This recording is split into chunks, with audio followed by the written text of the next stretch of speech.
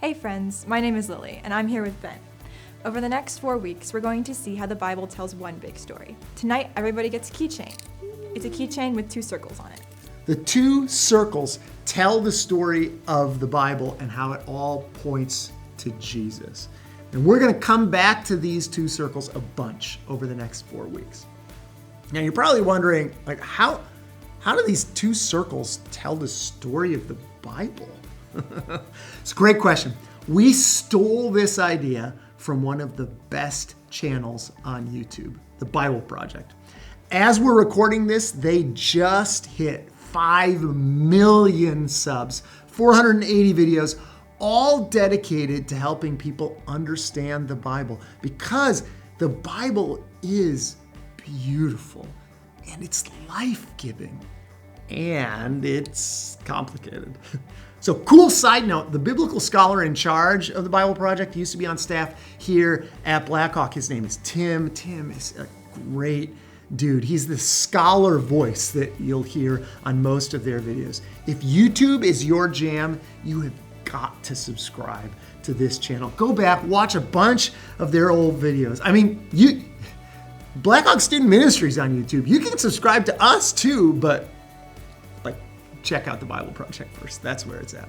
So the very first video they made, all the way back in 2014, talked about these 2 circles, and we're going to watch that video. This video moves fast. Your job isn't to remember everything in the video. Just focus on the relationship between the 2 circles. Okay, let's watch. So in the Bible, the ideas of heaven and earth are ways of talking about God's space and our space. So I understand our space really well. We live here. There's trees, rivers, mountains.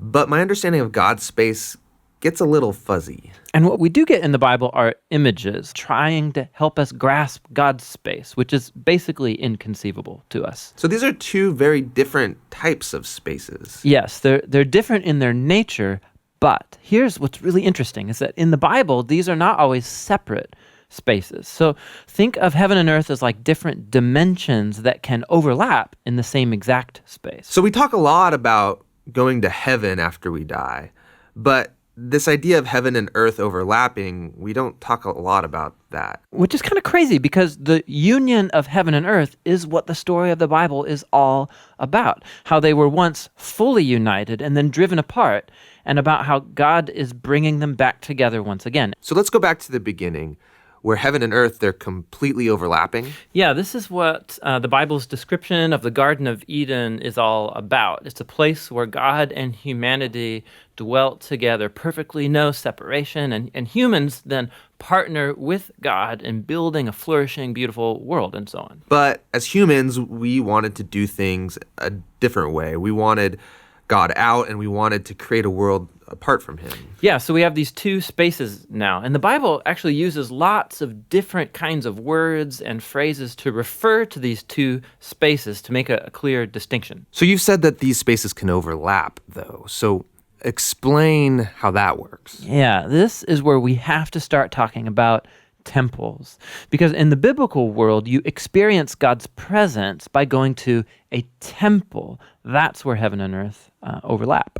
Now, there are 2 types of temples described in the Bible. One is a tabernacle, basically a tent that was built by Moses. And the other was this massive building made by Solomon. And these temples were decorated with fruit trees and flowers and images of angels and all kinds of gold and jewels and so on.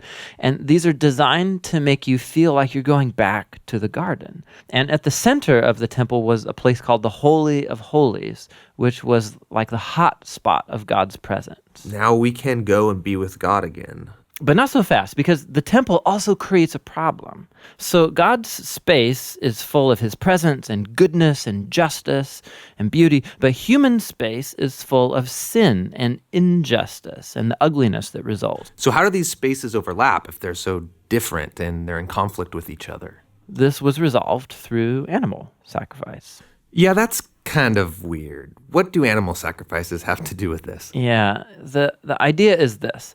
Animal sacrifices, somehow they absorb the sin when the animal dies in your place. And it creates a clean space, so to speak, where you are now free to enter into the temple and be in God's presence. Okay, so if I'm an Israelite and I live in Jerusalem, I might be able to be in God's presence. But you said the story of the Bible is all of heaven and earth reuniting. Right. So we have to keep going in the story where we come to Jesus in the New Testament. And in the Gospel of John, we hear this claim that God became human in Jesus and made his dwelling among us. Now, this word dwelling is really curious. It means he set up a tabernacle among us. And so what John is claiming right here is that Jesus is a temple. He is now the place where heaven and earth overlap. What's interesting about Jesus is that he isn't staying in this safe, clean space. He's running around hanging out with sinners. He's healing people of their sicknesses and forgiving people of their sins. He's basically creating little pockets of heaven where people can be in God's presence, but he's doing it out there in the middle of the world of sin and death. And he keeps telling everyone that the kingdom of heaven is at hand. And he even told his followers to pray regularly that God's kingdom come and that his will be done here on earth just as it is in heaven. But a lot of people are threatened by Jesus and they kill him, which seems to spoil this whole plan to reunite heaven and earth. But we have to go back to a scene earlier on in Jesus' story where John the Baptist saw Jesus and said, "Behold, this is the Lamb of God who takes away the sin of the world." So Jesus isn't just talked about as being a temple, he's also talked about as being the temple sacrifice. Yeah, so the cross is now the place where Jesus absorbs sin to create a clean space that is not limited like animal sacrifices.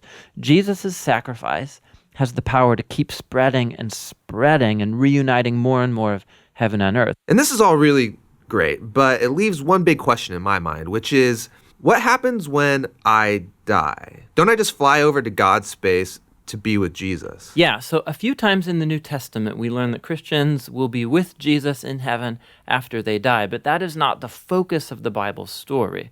The focus is on how heaven and earth are being reunited through Jesus and will be completely brought together one day when he returns. So in the book of Revelation, we get this beautiful image of the Garden of Eden, now in the form of a city, coming to end the age of sin and death by redeeming all of human history in a renewed creation. And God's space and human space completely overlap once again. Wow, that was amazing. Bible Project is one of my favorite apps. I don't really use YouTube, but I have downloaded the app after watching some of their videos. Totally. I love how they combine art with learning more about the Bible and just helping it be less confusing as a whole. Absolutely. Now we're going to head into our small groups, and after we check in with each other on how we're doing, we're going to try putting the story together for ourselves. So you'll get to practice looking up a handful of passages in the Bible. We're going to hand you out these little pictures and other things, and you're going to sort it out into the storyline, okay? We hope you have a ton of fun doing this. And as you work on it, if there's anything that you find confusing, no worries, okay? Over the next few weeks, we are going to slow down in digesting the story of the Bible. So if something doesn't make sense tonight, the next few weeks are going to help. When you leave later, you can put the keychain wherever you want. On your backpack, your keys, hanging in your room, wherever. I'm going to put it on my backpack. Yeah. I would encourage you to put it somewhere where you are going to see it. You might have someone ask you what it means, and if so, that's awesome. But honestly, I've had it on my car keys for over a decade. I rarely ever have anyone ask me what it means, but to me, it's a reminder. I see this and I'm reminded of God's story, what he is doing in the world and how he invites me to join him in unexpected ways. It reminds me of the gift of life in Jesus, and it's a regular encouragement for me to live throughout each day as a person who wants to be about that overlap between these two circles. Your kingdom come, your will be done on earth as it is in heaven.